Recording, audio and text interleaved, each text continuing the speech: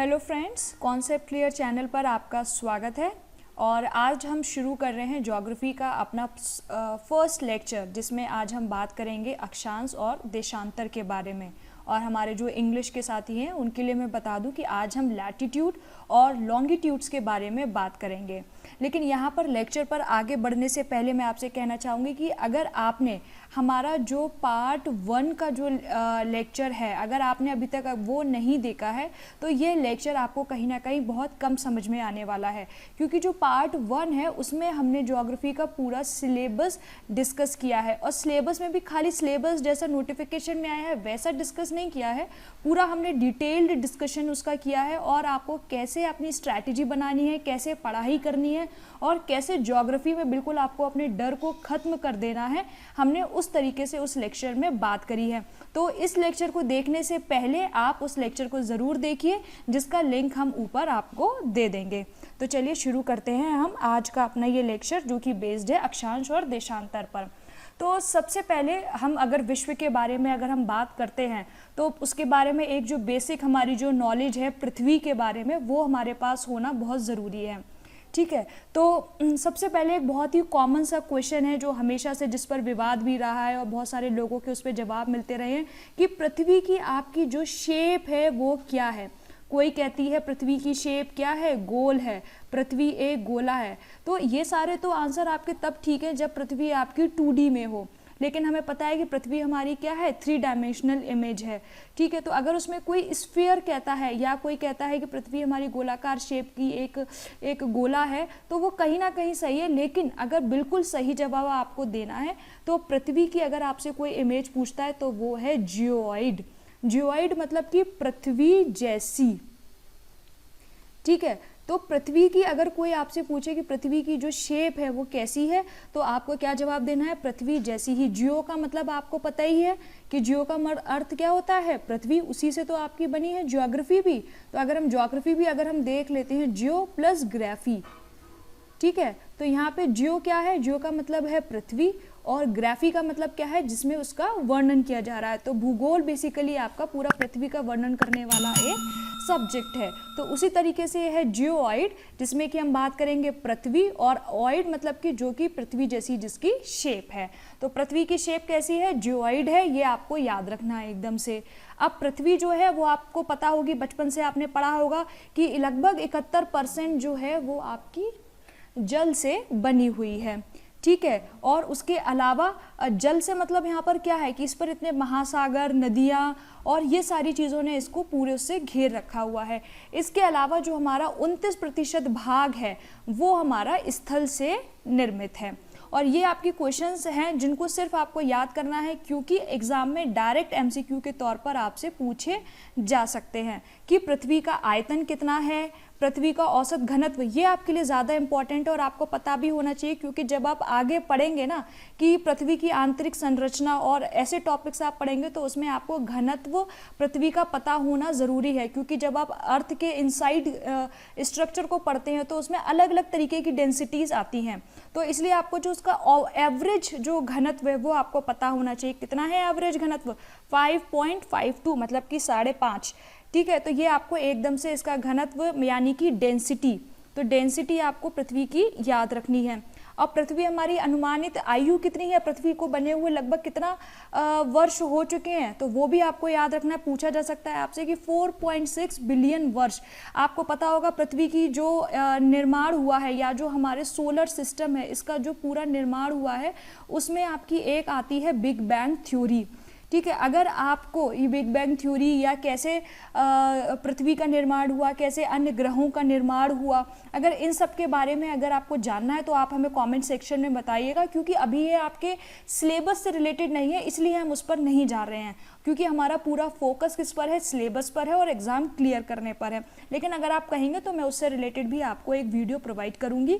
तो अगर big bang theory और पृथ्वी का निर्माण कैसे हुआ तो वो आपको हम किसी और दिन क्लियर करेंगे। तो बस अभी आपको ये याद रखना है कि पृथ्वी की जो अनुमानित आयु है वो कितनी है, 4.6 बिलियन वर्ष। और पृथ्वी का जो धरातलीय क्षेत्रफल लगभग कितना है, 51.1 करोड़ वर्ग किलोमीटर। ठीक है। तो यहाँ पे आपको 3 चीज़ें याद रखनी है मेनली। तो इसकी जो शेप है वो कैसी है पृथ्वी की, और उसका घनत्व कितना है, उसके बाद उसकी उम्र कितनी है पृथ्वी की। तो ये सारी बातें आपको रखनी है याद। अब पृथ्वी पर बहुत सारी जगह हैं, अब उन सारी जगहों को हम कैसे पहचानेंगे।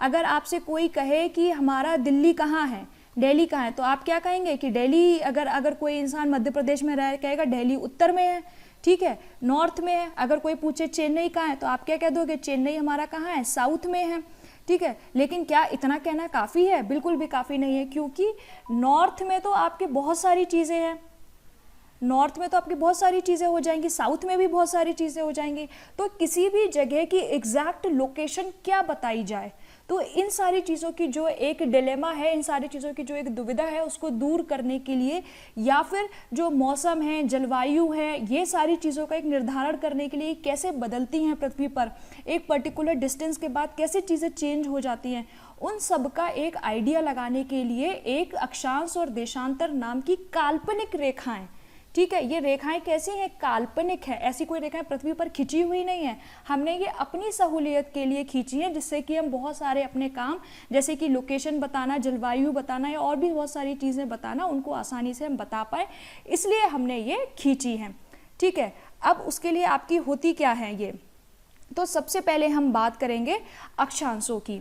तो जैसे कि ये आपकी है पृथ्वी, तो अक्षांश आपके बेसिकली होते हैं पश्चिम से पूरब की ओर खींचे गए हुए समानांतर रेखाएं, ऐसे करके पश्चिम से पूरब यानी कि वेस्ट टू ईस्ट की तरफ आपकी समानांतर रेखाएं उन्होंने खींच दी हैं, जिसमें से एक जो इनकी मेन रेखा है, जो कि सबसे बड़ी रेखा है और पृथ्वी के बिल्कुल बीचों बीच यानी कि केंद्र से गुजरती है, उसको नाम दिया है उन्होंने 0 डिग्री, जिसको उन्होंने अंशों पर विभाजित किया है, ठीक है। तो उसको हम बोलते हैं 0 डिग्री, जिसको कि हमने क्या नाम दिया है, विषुवत रेखा, विषुवत रेखा या फिर भूमध्य रेखा, या फिर इंग्लिश में अगर हम बोले तो उसको हम क्या बोल सकते हैं, इक्वेटर, जो कि यहाँ पर आपको मैप में भी दिखाई दे रही है। तो पृथ्वी के बिल्कुल बीचों बीच से, पृथ्वी के केंद्र से गुजरने वाली जो रेखा है उसको हम क्या बोलते हैं, विषुवत रेखा या फिर इक्वेटर कहते हैं, ठीक है। तो इसी तरीके से इन्होंने इसी रेखा के समानांतर रेखाएं कौन सी रेखाएं होती है, जो कभी भी एक दूसरे को काटती नहीं है, मतलब ये रेखाएं एकदम एक दूसरे के, इनके बीच का जो डिस्टेंस है वो बिल्कुल बराबर रहेगा, कभी भी एक दूसरे को काटेंगे नहीं। तो ये जो रेखाएं होती है इनको हम कहते हैं अक्षांश। तो इसी तरीके से इन्होंने यहाँ पर एक जो है 23.5 डिग्री ऐसा अक्षांश का नाम दिया, और ऊपर बिल्कुल पहुँचते पहुँचते क्या नाम दिया, 90 डिग्री दिया है। और ये जो अक्षांश रेखाएं, जो ऊपर वाला पार्ट है, ऊपर क्या होती है, नॉर्थ, तो ऊपर वाले पार्ट को इन्होंने क्या बोल दिया है, नॉर्दर्न हेमिस्फीयर, और जो 0 डिग्री के नीचे वाला जो भी हिस्सा है विश्व का, पृथ्वी का, उसको इन्होंने क्या बोल दिया है, सदर्न हेमिस्फीयर, यानी कि उत्तरी गोलार्ध, और आपका नीचे वाले के हिस्से को क्या बोल दिया है इन्होंने, दक्षिणी गोलार्ध। तो इस तरीके से आपकी जो मेन रेखा है, विषुवत रेखा है, वो आपकी पृथ्वी को 2 भागों में बांटती है। ऊपर वाले भाग को हम कहते हैं उत्तरी गोलार्ध, और नीचे वाले भाग को क्या कहते हैं, दक्षिणी गोलार्ध। इतनी बात आपको समझ आ गई, ठीक है। फिर इसके बाद उन्होंने क्या किया, उत्तरी गोलार्ध को उन्होंने और कई रेखाओं में विभाजित किया है, जिसमें से मेन एक रेखा क्या है, 23 डिग्री, 23.5 डिग्री अगर हम इसको बोलें, तो इसको हमने बोल दिया 23.5 डिग्री नॉर्थ, और जो दक्षिणी गोलार्ध में उसको क्या बोल दिया, 23.5 डिग्री साउथ। तो इतना समझ में आ गया। और जो ऊपर वाली आपकी जो रेखा है, इसको इन्होंने नाम क्या दिया, कर्क रेखा, ठीक है, यानी कि ट्रॉपिक ऑफ कैंसर, ठीक है, इसको इन्होंने ट्रॉपिक ऑफ कैंसर नाम दिया। और जो नीचे वाली रेखा है 23.5 डिग्री साउथ में, इसको इन्होंने क्या नाम दिया, ट्रॉपिक ऑफ कैप्रिकॉन, यानी कि मकर रेखा। तो आपको ये 3 रेखाएं समझ में आ गई। पृथ्वी है, पृथ्वी के जो बीच में बिल्कुल 0 डिग्री से पास हो रही है, इसको उन्होंने बोला इक्वेटर, यानी कि भूमध्य रेखा। 23.5 डिग्री नॉर्थ में जो आपकी रेखा जा रही है उसको बोला ट्रॉपिक ऑफ कैंसर या फिर कर्क रेखा। जो साउथ में जा रही है, साउथ में, उसको उन्होंने बोला ट्रॉपिक ऑफ कैप्रिकॉन या फिर मकर रेखा। फिर आपका आता है सबसे ऊपर होगा तो वो होगा नॉर्थ पोल, और नीचे क्या होगा, आपका होगा साउथ पोल। अच्छा, यहाँ पे एक बात और ध्यान देने वाली है कि आपकी जो ये भूमध्य रेखा या बाकी के जो अक्षांश है वो तो ऐसे राउंड करके पूरा एक सर्कल अपना कंप्लीट कर लेते हैं, सब एक एक सर्कल कंप्लीट करते हैं, लेकिन जो नॉर्थ पोल पर आपकी जो रेखा होती है वो रेखा नहीं होती है, बल्कि आपका क्या होता है, सिर्फ एक बिंदु होता है। ठीक है, तो अगर आपसे बोले कि नॉर्थ पोल पे कैसी अक्षांश रेखा है, तो आप बताएंगे कि अक्षांश रेखा नहीं है, वो नॉर्थ पोल यानी कि 90 डिग्री पे आपकी क्या है, वो अक्षांश आपका एक बिंदु के तौर पर है। ठीक है, तो इस तरीके से आपके पूरी कितने अक्षांश होते हैं, हमारे पूरी पृथ्वी पर कितने अक्षांश बनाए गए हैं, ऊपर से लेके यहाँ तक जाती हैं, तो यहाँ पर 90 डिग्री है तो मतलब कि 90 ऊपर, और यहाँ से हम देख रहे हैं तो 90 नीचे और एक 0 डिग्री, तो 90 प्लस 90 180 और एक 0 डिग्री वाला +1, तो टोटल आपके कितने अक्षांश हैं, तो वो हैं आपके 181 आपके नंबर हैं अक्षांश के।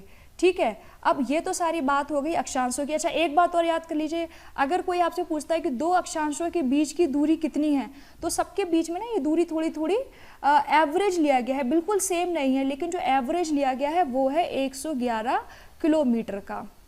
तो अगर आपसे कोई पूछता है कि दो अक्षांशों के बीच की दूरी कितनी है, तो वो आपको बता देनी है कि 111 किलोमीटर है।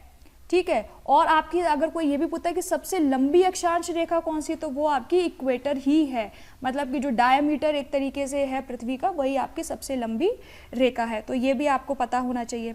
तो चलिए अब आ जाते हैं हम देशांतरों पे। ये वाली तो जो रेखाएं थी वो हमने पृथ्वी के कहाँ से खींची थी, पृथ्वी के हमने खींची थी पश्चिम से पूरब की तरफ। अब हमने एक रेखा खींची है पृथ्वी पर उत्तर से दक्षिण की तरफ। ठीक है, ऐसे ऐसे हमने करके एक नॉर्थ पोल से ही हमने सारी रेखाएं ये खींचना शुरू कर दी इस तरीके से। तो ये हमारी क्या हो गई, देशांतर हो गई, और यहाँ पे ये हमारे 0 डिग्री सपोज है ही। तो इस तरीके की जो रेखाएं जो उत्तर से दक्षिण की तरफ आती हैं उनको हम क्या बोलते हैं, देशांतर रेखाएं। मतलब कि जो रेखाएं लॉन्ग होती हैं एंड वर्टिकल होती हैं, इसीलिए इनका नाम क्या रख दिया गया, लॉन्गिट्यूड्स। वर्टिकल रेंज में जो रेखाएं हैं वो आपकी हो गई देशांतर रेखाएं, और यहाँ पर आपका ये नॉर्थ पोल है।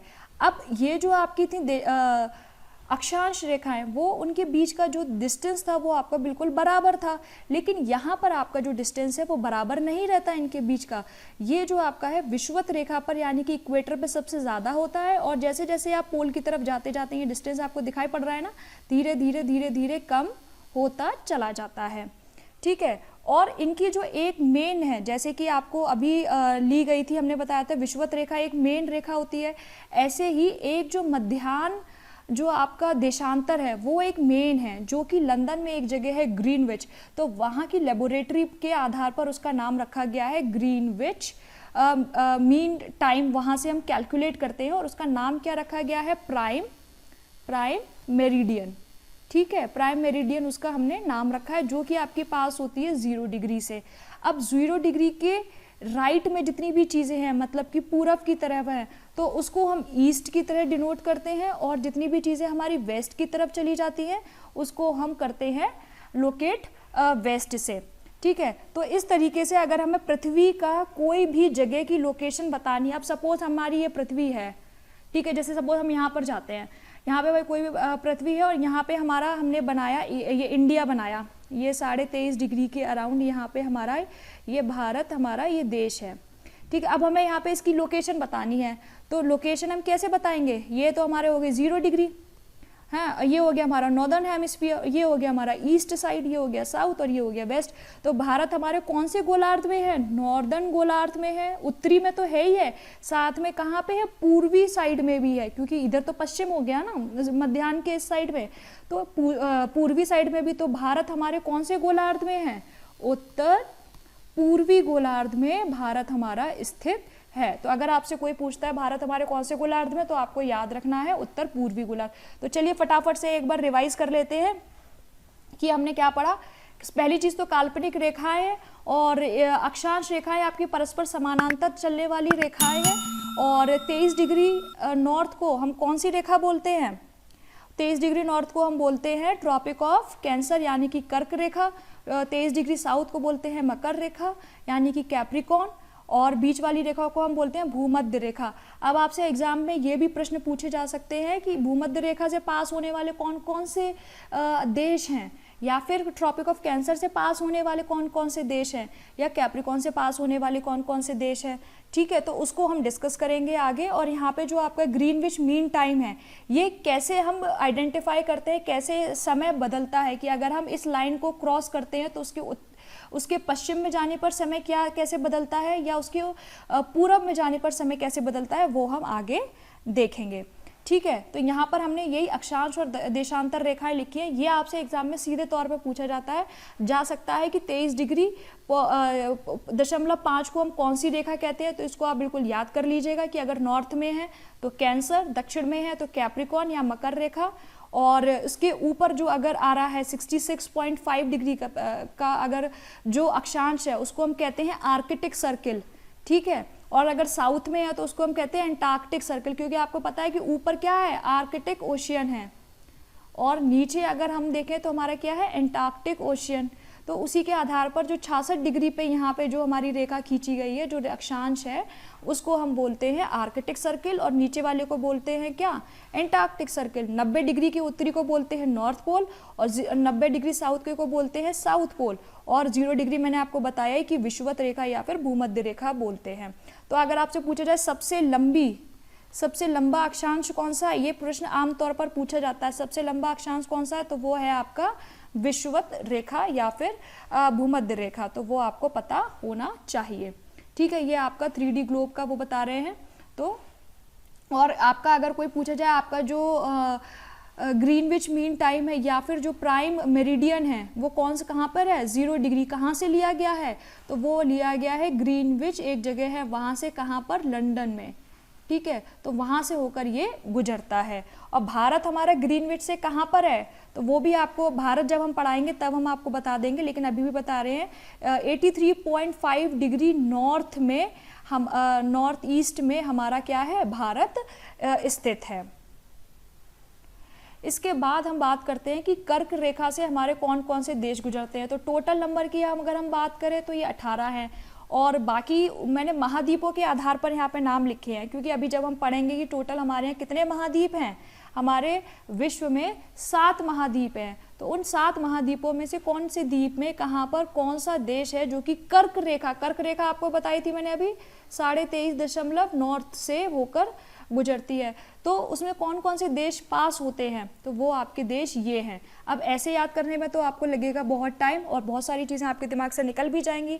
तो इनको याद कराने के लिए मैं आपको दूंगी एक ट्रिक, जिससे कि आपको एक बार में हमेशा के लिए ये नाम बिल्कुल एकदम से याद हो जाएंगे, आप कभी भी एग्जाम में नहीं भूलेंगे, और ऑप्शन आते ही आप तुरंत मार देंगे, क्योंकि मुझे पता है कि याद करना ये बहुत ही डिफिकल्ट है। आपकी सुविधा के लिए अभी मैं ये नाम दे रही हूँ, आप चाहें तो स्क्रीनशॉट ले लें इसका, लेकिन आपको एक ट्रिक मैं अगले लेक्चर में बताऊंगी, इसलिए इसका नेक्स्ट पार्ट आप देखना मत भूलिएगा।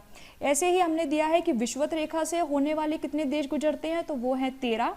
और एक बात और बता दूं, सिर्फ एक ही कॉन्टिनेंट ऐसा है, एक ही महाद्वीप ऐसा है जो कि जिस पर से कर्क रेखा यानी कि ट्रॉपिक ऑफ कैंसर और 0 डिग्री इक्वेटर और कैप्रिकॉर्न, ये तीनों पास होते हैं। तो ऐसा कौन सा कॉन्टिनेंट है, तो वो है आपका अफ्रीका, ठीक है। तो आपका इन तीनों रेखाओं से गुजरने वाला कौन सा वो महाद्वीप है आपका, तो वो है अफ्रीका, ये भी आपको याद रखना है। और इसके अलावा जो ये देश हैं वो तो आपसे पूछे जा सकते हैं, तो वो है ही हैं। तो इस तरीके से आपका हो गया ये मकर रेखा से गुजरने वाले देश, तो वो हैं आपके केवल 10, और इनके नाम ये हैं। तो इस तरीके से आपको ये लेक्चर जो था वो अक्षांश और देशांतर पर आधारित था। अगर आपको ये वीडियो पसंद आया हो तो हमारे इस चैनल को सब्सक्राइब ज़रूर कीजिएगा, और लाइक ज़रूर कीजिएगा, और अपने दोस्तों के साथ शेयर भी कीजिएगा। और इसके बाद इस लेक्चर की थ्योरी पढ़ाने के बाद इससे रिलेटेड जितने भी प्रश्न हैं वो भी हम डिस्कस करेंगे। ऐसा नहीं है कि केवल हम आपको थ्योरी पढ़ाकर छोड़ देंगे, इससे रिलेटेड जो MCQs हैं वो हम सारे अभी आपसे डिस्कस करेंगे इस अगले लेक्चर में। इसके अलावा आपको ये थ्योरी एक बार फिर से अपने आप से या किसी बुक से आपको रिवाइज करनी है, इसके बाद हम डिस्कस करेंगे, जिससे कि आपका परीक्षा में एक भी प्रश्न नहीं छूटेगा। चलिए ठीक है, थैंक यू।